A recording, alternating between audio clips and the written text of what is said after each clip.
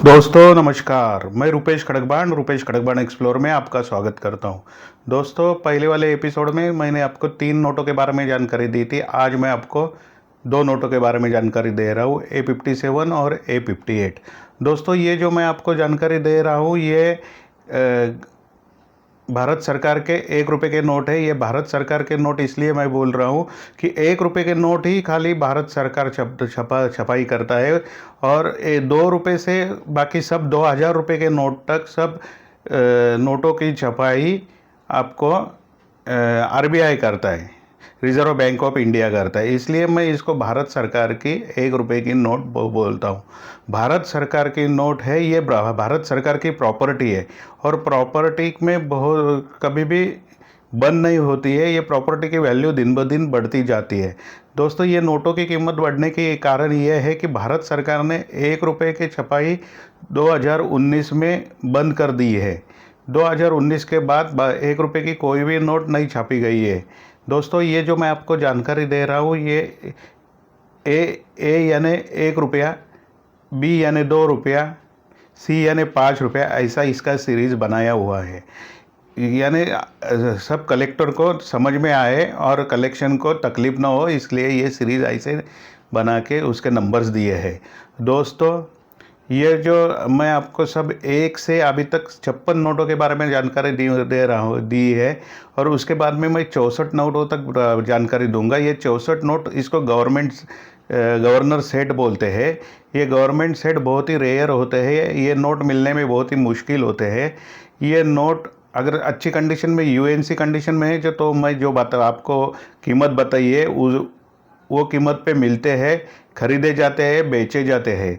अगर इसमें 10 या 15% कम ज़्यादा होता है, वो भी नोट अगर मार्केट में नहीं है तो बढ़ते हैं, अगर मार्केट में कम नोट आ रहे हैं तो बढ़ते हैं। अगर मार्केट में ज़्यादा नोट आ गए अचानक, किसके पास कलेक्शन में है और उसको ज़रूरत है और उन्होंने बेचने के लिए निकाले तो ज़्यादा नोट आ जाते हैं, तो वो टाइम पे ये नोट की कीमतें कम होती है। लेकिन अभी तक ऐसा देखा गया है कि नोट की कीमतें कम कभी भी नहीं हुई है, वो बढ़ी ही है।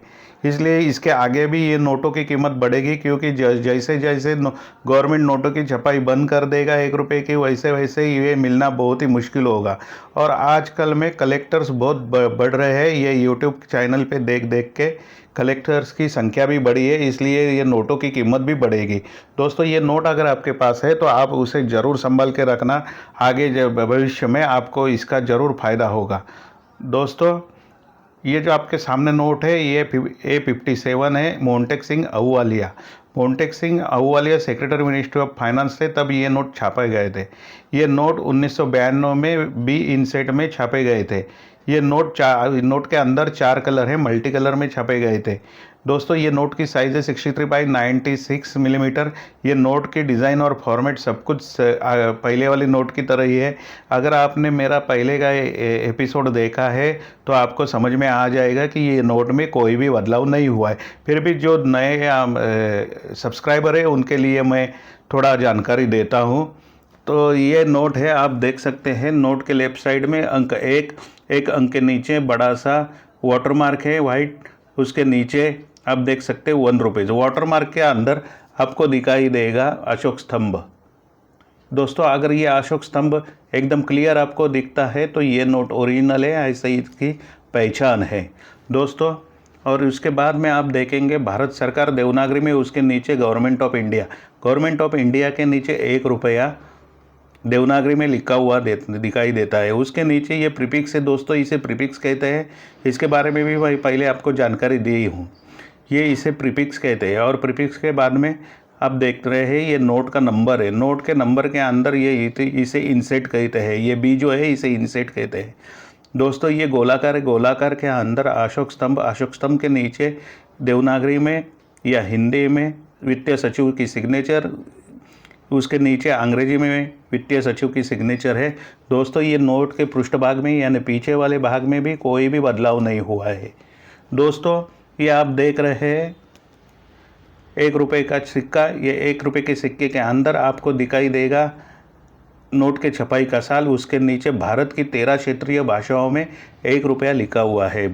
उसके बाद आप ऊपर देखेंगे पहले की नोट की तरह ही भारत सरकार सबसे ऊपर देवनागरी में लिखा है, उसके बाद में अंग्रेजी में गवर्नमेंट ऑफ इंडिया लिखा हुआ है। उसके नीचे आपको ये सागर सम्राट दिख रहा है।